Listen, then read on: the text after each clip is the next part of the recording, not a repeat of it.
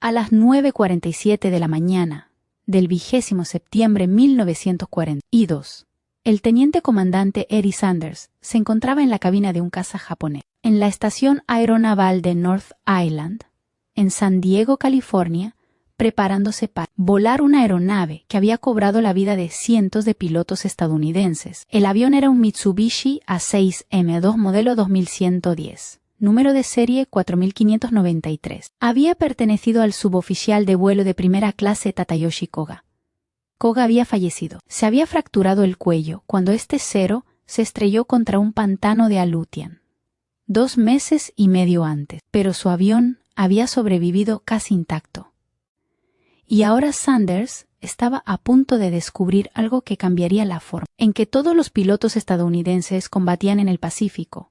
Sanders era un aviador naval de carrera. Había volado aviones militares durante 9 años y había acumulado más horas de vuelo de prueba que casi cualquier otro piloto de la Armada.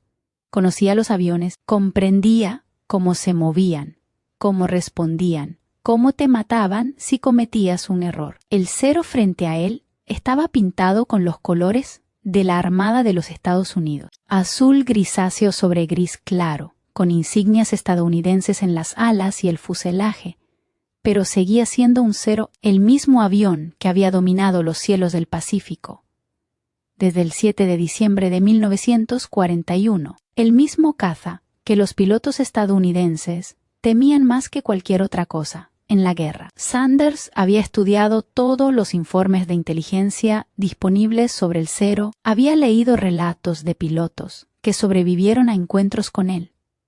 Había examinado fotografías de reconocimiento, conocía las estadísticas, una proporción de derribos de 12, uno en China, el domingo de Pascua, 5 de abril de 1942. 30. Y 6 Zeros se enfrentaron a 60 aviones británicos sobre Columbus. Derribaron 27 aviones británicos, 15 Hurricanes, 8 Swordfish y 4 Fuller, con la pérdida de un solo Zero. P-39 estadounidenses destruidos en altura. F-2 a Buffalo masacrados sobre Filipinas. Los F-4F Wildcats luchaban por sobrevivir contra un enemigo que podía girar con mayor precisión, ascender más rápido y superar en maniobrabilidad a cualquier avión estadounidense. La táctica oficial estadounidense contra un Zero era simple: evitar los combates aéreos tradicionales, usar tácticas de picado y ascenso, no entablar combates de giro, no intentar superarlos en maniobrabilidad. Perderían, pero evitar el combate significaba abandonar las formaciones de bombarderos. Significaba dejar morir a tu compañero de ala. Significaba conceder la superioridad aérea a un enemigo que la usaba para hundir portaaviones, ametrallar aeródromos y destruir escuadrones enteros en tierra. Los pilotos estadounidenses morían porque nadie sabía cómo vencer al Zero. Nadie comprendía sus debilidades. Nadie había volado uno hasta entonces. El Zero que Sanders estaba a punto de pilotar había sido capturado en la isla Akutan, en las islas Aleutian, tras la muerte de Koga el 4 de junio de 1942. Fueron necesarios 3 intentos de recuperación para sacarlo del pantano. El primer equipo, el 11 de julio, inspeccionó el lugar y recuperó el cuerpo de Koga. El segundo equipo, el 12 de julio, fracasó cuando su barco perdió 2 anclas. El tercer equipo, el 15 de julio, finalmente tuvo éxito con el equipo pesado adecuado. La aeronave fue enviada a Seattle a bordo del USS St. Miguel, llegando el 1 de agosto, y luego transportada en barcaza a San Diego, llegando el 12 de agosto. Los mecánicos de la Armada pasaron semanas reparando el estabilizador vertical, el timón, las puntas de las alas, los flaps, la cabina, el tren de aterrizaje y la hélice dañados, enderezaron el metal doblado, reemplazaron las piezas rotas y fabricaron componentes que no se encontraban. La aeronave era ahora 98% original, como el propio Sanders la describiría más tarde. 2% improvisación. Sanders arrancó el motor. El radial Nakajima Sakai 12 de 14 cilindros cobró vida con un sonido a la vez familiar, extraño, similar al de los radiales estadounidenses, pero con un tono y un ritmo diferentes. La hélice giró. Sanders revisó los instrumentos. Presión de aceite normal, temperatura en constante aumento. Todo parecía correcto. Rodó hasta la pista. El Zero se sentía ligero en tierra, muy sensible. Los controles se movían con facilidad bajo sus manos. Le habían dicho que, según las especificaciones del museo, la aeronave pesaba alrededor de 25.160 kilogramos a plena carga. Eso era 849 kilogramos menos que un F-4 Wildcat, que pesaba 3.368 kilogramos. La diferencia de peso era considerable. Sanders aceleró y comenzó la carrera de despegue. El Zero aceleró rápidamente. La cola se elevó. La aeronave despegó tras una carrera en tierra sorprendentemente corta. Sanders retrajo el tren de aterrizaje y comenzó a ascender. Lo primero que notó fue la ligereza de los controles, casi delicados. La palanca se movía con una fuerza mínima. La aeronave respondía de inmediato a cada acción. A baja velocidad, el Zero volaba de maravilla. Era estable, predecible e increíblemente ágil. Sanders realizó algunos giros suaves. La aeronave giró con suavidad. Intentó un viraje más pronunciado.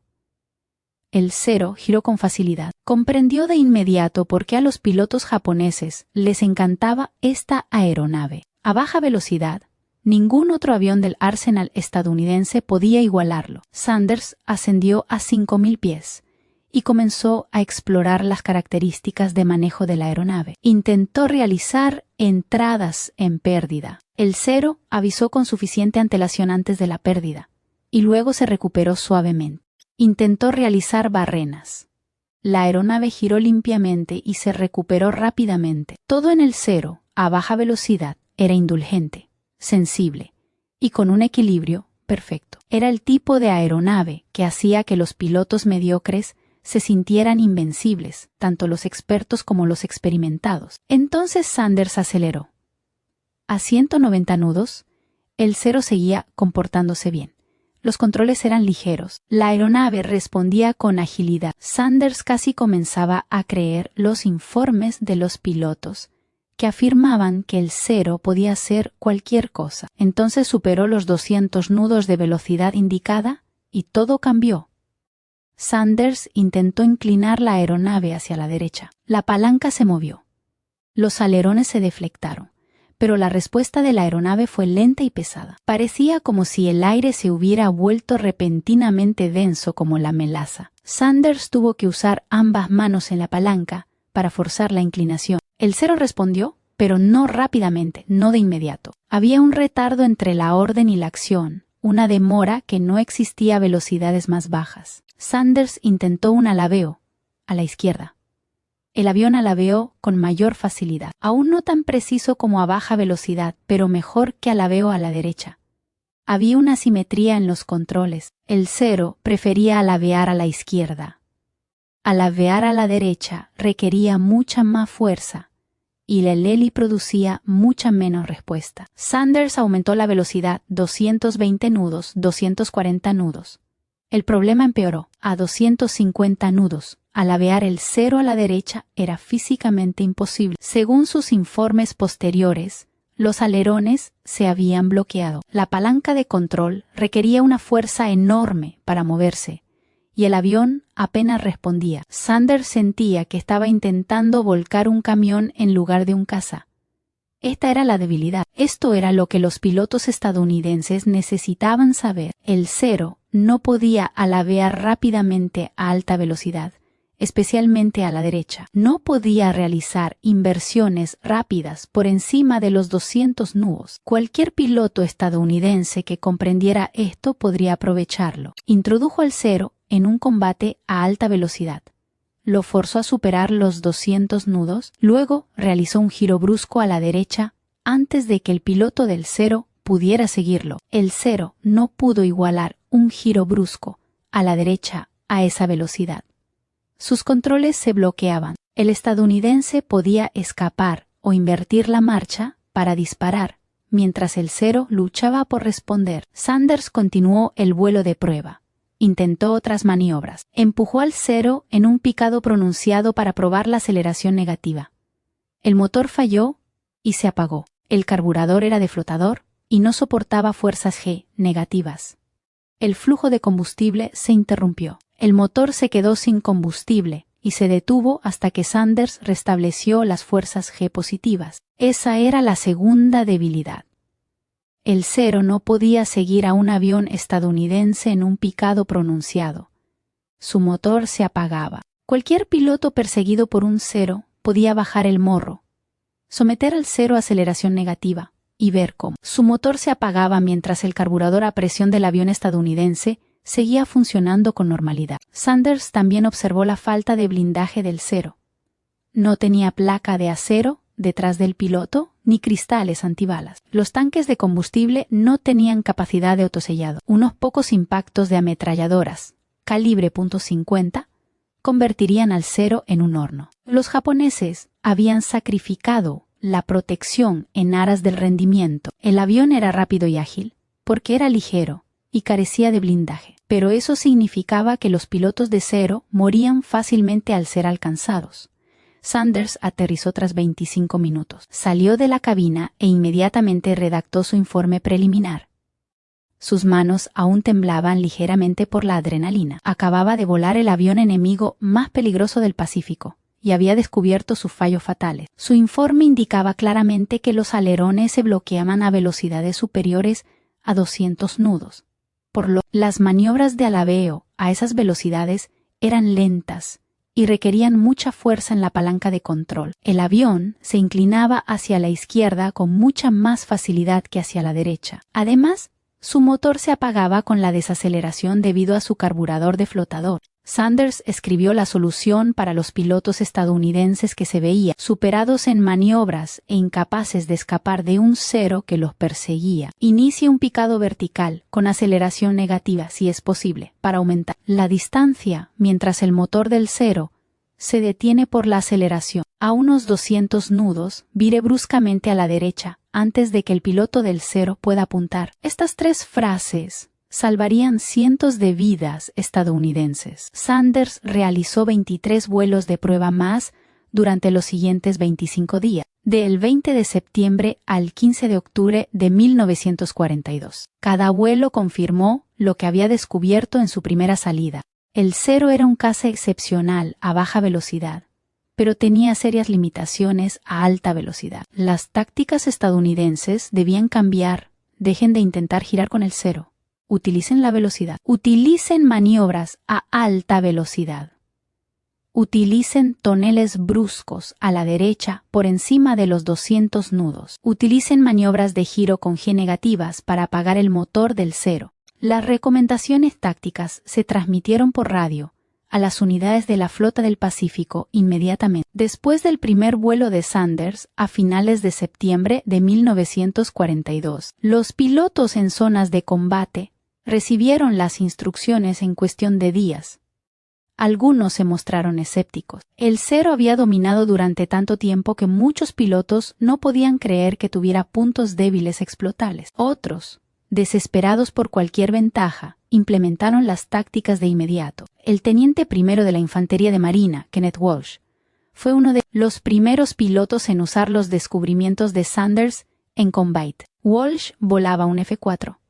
Corsair el 15 de agosto de 1943, durante la campaña de las Islas Salomón, cuando se enfrentó a aviones enemigos sobre la Bella. Derribó 2 bombarderos en picado y un caza. Luego, el 30 de agosto, sobre Kahili, se topó con aproximadamente 50 Zeros. Walsh había asistido a la reunión informativa sobre el Zero capturado. Sabía qué hacer. Cuando un Zero se le acercó por detrás, Walsh puso su Corsair en una maniobra de S, dividida, morro abajo, invertido, avanzando. Su Corsair aceleró rápidamente en el picado. Necesitaba al menos 240 nudos, preferiblemente 260. Entonces, como indicaba el informe de Sanders, Walsh giró bruscamente a la derecha. Mientras giraba y continuaba el picado, las estelas del Zero pasaron zumbando junto a su fuselaje. El piloto del Zero disparaba, pero fallaba porque su avión no podía girar a la derecha lo suficientemente rápido como para seguir a Walsh durante la maniobra. Walsh sabía. gracias a la información obtenida del cero capturado, que giraba más lentamente a la derecha que a la izquierda. Si no hubiera sabido hacia dónde girar, probablemente habría girado a la izquierda instintivamente. De haberlo hecho, el cero habría girado con él, lo habría fijado como objetivo y lo habría matado. Walsh derribó 4 ceros ese día antes de verse obligado a amerizar. Recibió la medalla de honor por estas acciones. Posteriormente declaró que saber qué hacer con un cero pisándole los talones, información que obtuvo del cero capturado, le salvó la vida varias veces. Walsh sobrevivió a la guerra con 21 derribos confirmados, convirtiéndose en el cuarto as de la infantería de marina. Pero Sanders no fue el único piloto que probó el cero capturado. El teniente comandante Frederick Trapnell era el jefe de la sección de vuelos de prueba en la Estación Aeronaval de Anacostia, en Washington, D.C. Trapnell era considerado uno de los mejores y más experimentados pilotos de pruebas navales de su generación. Había evaluado prácticamente todos los tipos de aeronaves del inventario estadounidense. A principios de 1943, el cero capturado fue trasladado a Anacostia para que Trapnell pudiera realizar pruebas comparativas. Trapnell voló el cero en maniobras de alto rendimiento, mientras otros pilotos volaban simultáneamente casas estadounidenses realizando maniobras idénticas. Simularon combates aéreos. Compararon el cero con el F-4F Wildcat, el F-4U Corsair, el P-38 Lightning y otros aviones estadounidenses. El objetivo era documentar con precisión las capacidades y limitaciones de cada avión estadounidense frente al cero en situaciones tácticas específicas. Trapnell confirmó todos los hallazgos de Sanders. El cero era más rápido que el Wildcat a la mayoría de las altitudes y tenía una mayor velocidad de ascenso, pero era más vulnerable a los daños y menos maniobrable a alta velocidad. El cero podía superar en ascenso a los cazas estadounidenses por debajo de los 15.000 pies, pero los cazas estadounidenses con supercargadores de 2 etapas podían superarlo por encima de los 20.000 pies. El cero tenía un alcance excepcional, pero una resistencia pésima. Los pilotos estadounidenses debían evitar los combates aéreos con giros a baja velocidad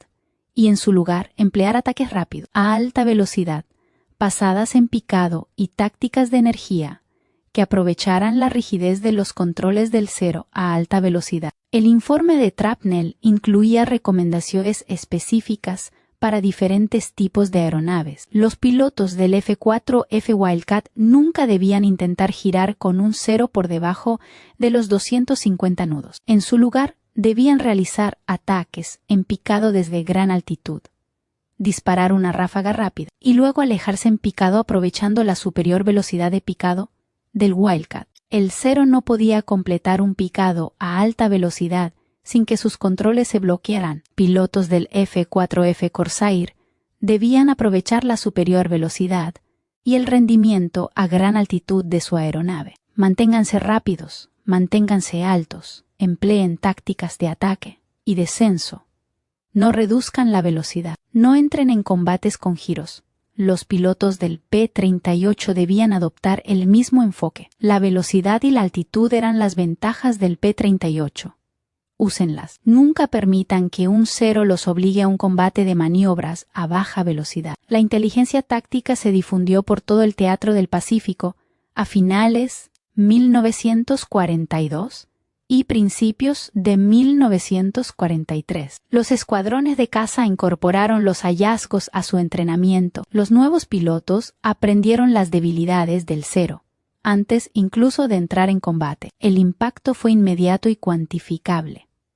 Antes de que se probara el cero capturado, la proporción de derribo entre cazas estadounidenses y ceros era apenas superior a 1:1. Los F-4F Wildcat perdían pilotos casi al mismo ritmo que derribaban ceros. Al finalizar la campaña del Canal de Guadal en febrero de 1943, tras la distribución de las recomendaciones tácticas de Sanders, los escuadrones de Wildcat, que implementaron las nuevas tácticas, vieron aumentar su proporción de derribos a 5,91. Esto significaba casi 6 ceros destruidos por cada Wildcat perdido en combate aéreo. La mejora no se debió a que los aviones estadounidenses mejoraran repentinamente. El Wildcat en febrero de 1943 era el mismo avión que en junio de 1942. La mejora se debió a que los pilotos estadounidenses sabían cómo combatir al cero,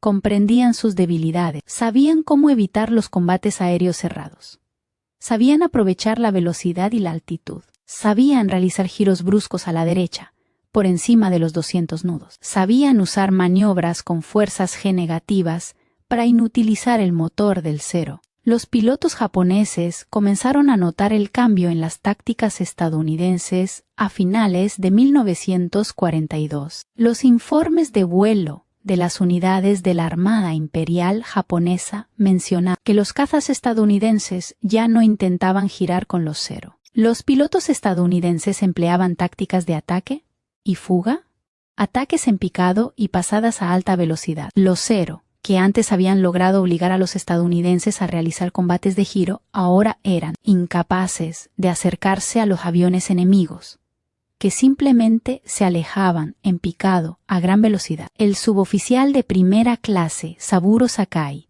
era uno de los pilotos japoneses más experimentados. Los registros oficiales japoneses documentaron 28 victorias aéreas para él, aunque algunos afirmaban que eran más. Había estado combatiendo contra pilotos estadounidenses desde Pearl Harbor. En agosto de 1942, Sakai resultó gravemente herido durante la campaña del Canal de Guadalajara al confundir bombarderos en picado, Douglas SBD Dauntless, con cazas, y ser alcanzado por fuego defensivo de un artillero de cola. Pasó meses recuperándose de graves heridas en la cabeza que lo dejaron parcialmente ciego. Cuando regresó al combate en 1943, notó de inmediato que las tácticas estadounidenses habían cambiado. Sakai escribió más tarde que los pilotos estadounidenses ya no cometían los errores de principios de 1942. Ya no intentaban enfrentarse a los ceros en combates aéreos, aprovechaban las fortalezas de sus aviones y explotaban las debilidades de los ceros. A Sakai le resultaba cada vez más difícil derribar cazas estadounidenses con las tácticas que también habían funcionado durante el primer año de la guerra. Finalmente, ascendió a teniente en agosto de 1944 y a subteniente en 1945, pero nunca alcanzó el rango de teniente comandante que algunas fuentes le atribuyen erróneamente. Otros pilotos japoneses experimentados reportaron observaciones similares. Los estadounidenses habían aprendido algo. La inteligencia japonesa intentó determinar qué había cambiado. Examinaron los restos de aviones estadounidenses derribados, pero no encontraron modificaciones significativas. Los cazas estadounidenses tenían el mismo aspecto de siempre. Los motores eran los mismos. El armamento era el mismo. Nada visible había cambiado. Lo que los japoneses ignoraban era que el cambio no estaba en los aviones. El cambio radicaba en las tácticas. El cambio era el conocimiento. Un conocimiento proveniente de los vuelos de prueba de Sanders en el cero capturado. Un conocimiento imposible de contrarrestar para los japoneses, pues era invisible. No se pueden desarrollar tácticas contra un enemigo que conoce las capacidades de tu avión mejor que tú. A principios de 1943, los pilotos de prueba estadounidenses habían volado el cero mucho más que la mayoría de los pilotos japoneses. Sanders y Trapnell habían documentado cada peculiaridad, cada limitación, cada debilidad. Esa información estaba en manos de los pilotos de combate estadounidenses. Los pilotos japoneses seguían volando el cero como siempre, pero ahora los estadounidenses sabían exactamente cómo contrarrestar cada movimiento. El impacto psicológico en los pilotos japoneses fue significativo. Durante el primer año de la guerra, los pilotos de cero habían dominado los cielos del Pacífico. Sabían que podían superar en maniobrabilidad a cualquier caza estadounidense en un combate aéreo cerrado. Esa confianza era absoluta. Pero a mediados de 1943, esa confianza se estaba desvaneciendo. Los cero eran derribados con mayor frecuencia. pilotos experimentados morían en combate. Los nuevos pilotos de reemplazo estaban aún menos preparados para enfrentarse a los cazas estadounidenses, que ahora empleaban tácticas diseñadas específicamente para explotar las debilidades del Zero. El comandante Masatake Okumiya, oficial del Estado Mayor Aéreo, a bordo del portaaviones Ryujo, él mismo desde el había despegado Koga. Tenía conocimiento directo de las capacidades del Zero y del impacto de su captura. Posteriormente, en 1956, coescribió un libro con el diseñador del Zero, Hiro Horikoshi, en el que afirmaba: la captura del Zero de Koga no era menos grave que la derrota en Midway, y contribuyó en gran medida a acelerar la derrota final de Japón. Esta valoración provenía de alguien que comprendía las implicaciones tanto tácticas como estratégicas de que los estadounidenses obtuvieran un conocimiento completo de las características de rendimiento del Zero. El Zero capturado permaneció en manos estadounidenses hasta febrero de 1945. Se utilizó para entrenamiento, desarrollo táctico y estudios de ingeniería. Cientos de pilotos estadounidenses realizaron simulacros de combate contra él. Cientos más asistieron a sesiones informativas, donde aprendieron sus características. Finalmente, la aeronave fue destruida en un accidente en tierra cuando un Curtiss SB-2 Sea Helldiver perdió el control durante el rodaje y chocó contra el Zero. El comandante Richard Cromland estaba a los mandos cuando la hélice del Helldivers destrozó el Zero. Para entonces, el Zero ya no era el avión más peligroso del Pacífico. Los cazas estadounidenses lo habían alcanzado y superado. El Grumman F-6F Hellcat entró en servicio en agosto de 1943. El Hellcat era más rápido que el Zero. Estaba mejor armado, era mucho más resistente y podía igualar la maniobrabilidad del Zero a velocidades de combate, manteniendo a la vez un mejor control a alta velocidad. Los pilotos del Hellcat utilizaban las mismas tácticas que Sanders había desarrollado: ataque relámpago, pasadas a alta velocidad y combates aéreos sin giros. La proporción de derribos del Hellcat contra todos los tipos de aviones japoneses era de 19-1.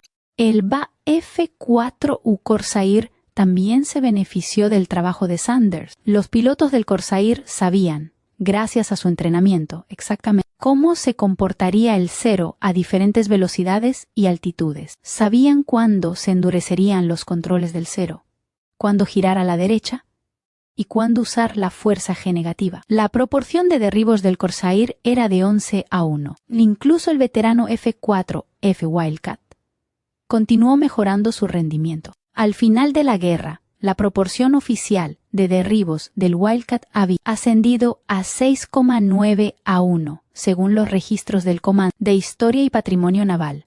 1.327 aviones enemigos destruidos frente a 178 pérdidas aéreas. La mejora no se debió a que el Wildcat se convirtiera en un mejor avión, sino a que sus pilotos sabían combatir. El impacto de los vuelos de prueba de Sanders trascendió las simples proporciones de derribos. Los historiadores militares señalan que la inteligencia táctica obtenida del Zero capturado cambió radicalmente la guerra aérea del Pacífico, aunque debaten el número exacto de vidas salvadas. El as de la Marina, William Leonard, calificó al Zero capturado como un tesoro y afirmó que ninguna otra aeronave capturada había revelado tantos secretos en un momento de tanta necesidad. Varios ases atribuyeron a las tácticas de las pruebas del Zero de Akutan el haberle salvado la vida en múltiples ocasiones. Sin embargo, algunos historiadores cuestionan la afirmación de que fue necesario analizar el Zero de Koga para crear tácticas que lo derrotaran. El Tache se había desarrollado antes de Pearl Harbor a partir de información de inteligencia procedente de China.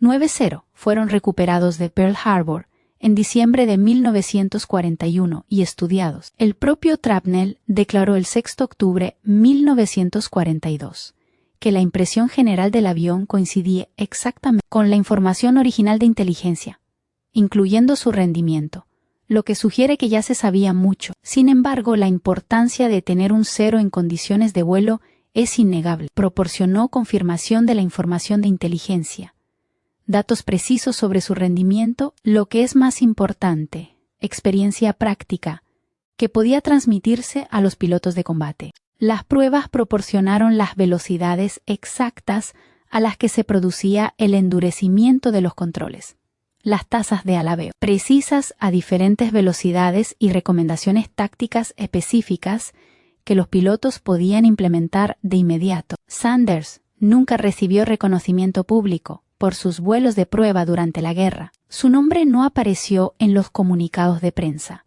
Su contribución fue clasificada. Los informes de las pruebas eran secretos. Las recomendaciones tácticas se distribuyeron únicamente a las unidades de combate. Sanders continuó su carrera como aviador naval. Voló en misiones de combate más adelante en la guerra. Probó otros aviones enemigos capturados. Entrenó a nuevos pilotos. Sobrevivió a la guerra y finalmente alcanzó el rango de contraalmirante antes de retirarse. Cuando se le preguntó sobre los vuelos de prueba del Zero, respondió que simplemente cumplía con su deber. Probar aeronaves era la labor de los pilotos de pruebas. El hecho de que la aeronave resultara ser un caza enemigo que proporcionaría información táctica crucial fue mera coincidencia. Trapnell tampoco recibió un amplio reconocimiento público por su papel en las pruebas del Zero durante la guerra. Posteriormente, se convirtió en una de las figuras más influyentes de la historia de la aviación naval. Cofundó la Escuela de Pilotos de Pruebas de la Armada de los Estados Unidos junto con el comandante Sidney Sherby y con el apoyo del contraalmirante Apollo Susk. La escuela fue aprobada oficialmente el 22 de enero de 1948 y la primera promoción comenzó el 6 de julio de 1948. Trapnell fue ascendido a comandante y luego a capitán en mayo de 1943. Fue el primer piloto de la Armada en volar un avión a reacción. Influyó en el desarrollo de la aviación embarcada durante décadas, pero su trabajo con el Zero capturado fue solo uno de los cientos de programas de pruebas que realizó durante su carrera. Tadayoshi Koga, el piloto japonés cuyo Zero fue capturado, murió instantáneamente cuando su avión se estrelló en el pantano de Ilutian. Tenía 19 años. Nació el 10 de septiembre de 1922. Sus compañeros de ala sobrevolaban la zona, sin saber si estaba vivo o muerto. Tenían órdenes de destruir cualquier Zero que se estrellara en territorio enemigo, pero no se atrevieron a ametrallar la aeronave mientras Koger pudiera seguir con vida dentro. Se marcharon. Informaron del accidente.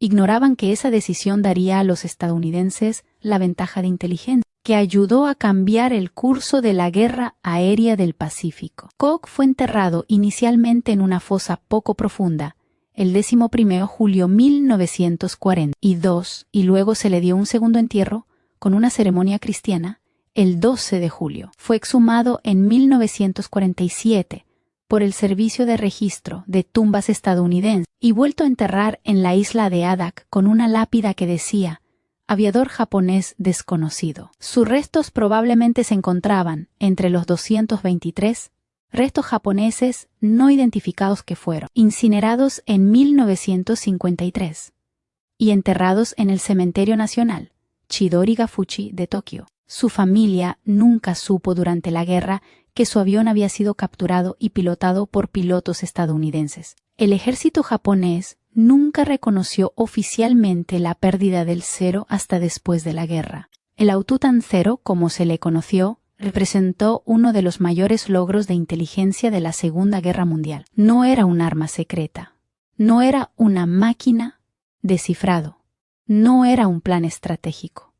Era un avión, pero al volar ese avión y documentar sus debilidades, Sanders proporcionó a los pilotos estadounidenses el conocimiento necesario para sobrevivir y vencer. Ese conocimiento se transmitió de piloto a piloto, de escuadrón a escuadrón, por todo el teatro del Pacífico. Cambió las tácticas, cambió el entrenamiento, cambió los resultados. Esta historia demuestra que el conocimiento es tan importante como la tecnología en la guerra. El Zero no cambió entre junio de 1942 y febrero de 1943. Era el mismo avión, con las mismas capacidades y las mismas limitaciones, pero la comprensión de los pilotos estadounidenses sobre cómo combatirlo cambió por completo, y ese cambio de comprensión produjo una mejora notable en la eficacia en combate. En cualquier conflicto, comprender las capacidades y limitaciones del adversario es tan valioso como una tecnología superior. Puedes tener el mejor avión del mundo,